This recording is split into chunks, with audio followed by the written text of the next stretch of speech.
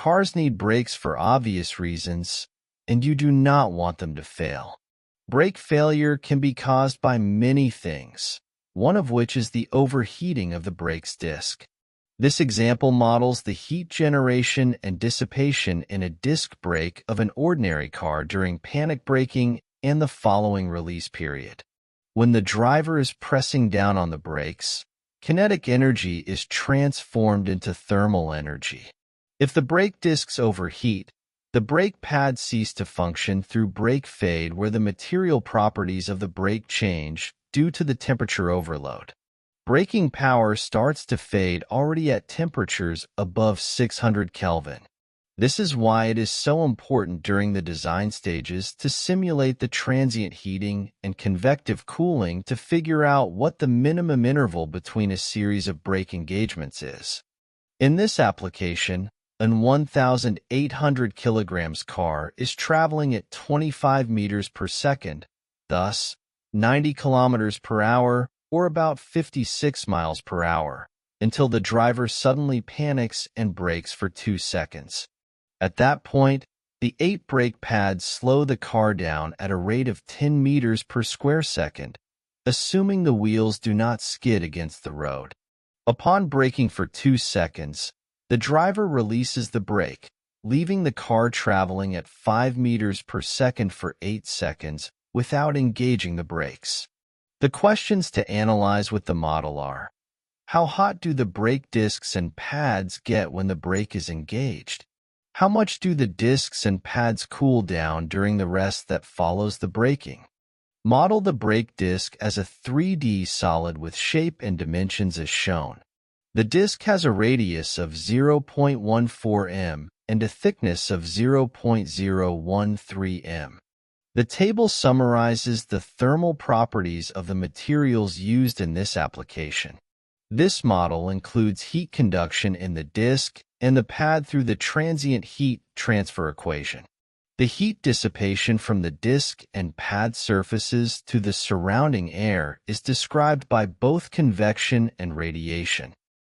After 2 seconds, contact is made at the interface between the disc and the pad. Neglecting drag and other losses outside the brake's retardation power is given by the negative of the time derivative of the car's kinetic energy. Here, m is the car's mass, 1,800 kilograms, and v denotes its speed. The figure shows the profile of v and the corresponding acceleration profile. At one of the 8 brakes, the frictional heat source is given by equation 1.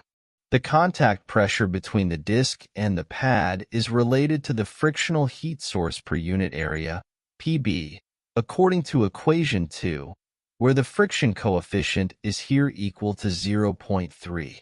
The disc and pad dissipate the heat produced at the boundary between the brake pad and the disc by convection and radiation. This example models the rotation as convection in the disc.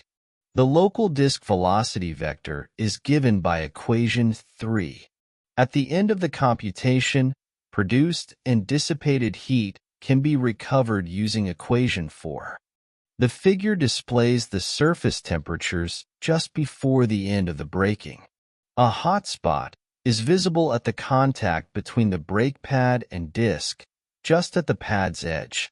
This is the area that could overheat, to the point of brake failure or fade. The figure also shows the temperature decreasing along the rotational trace after the pad. During the rest, the temperature becomes significantly lower and more uniform in the disc and the pad.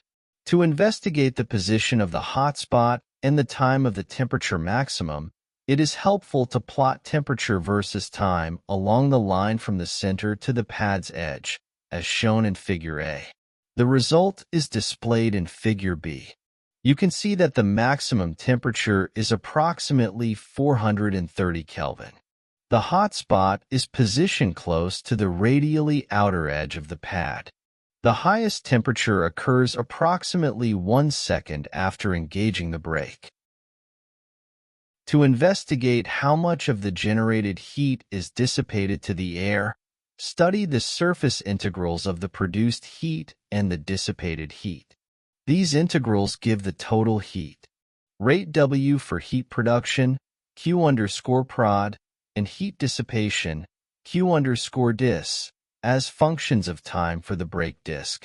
The time integrals of these two quantities, W_prod and W_dis, give the total heat, J, produced and dissipated, respectively, in the brake disc. The figure shows a plot of the total produced heat and dissipated heat versus time.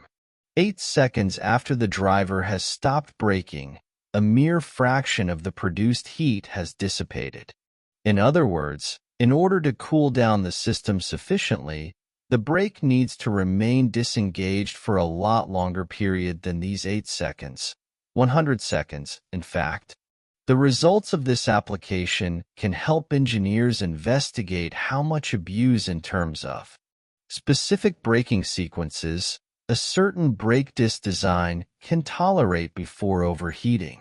It is also possible to vary the parameters affecting the heat dissipation and investigate their influence.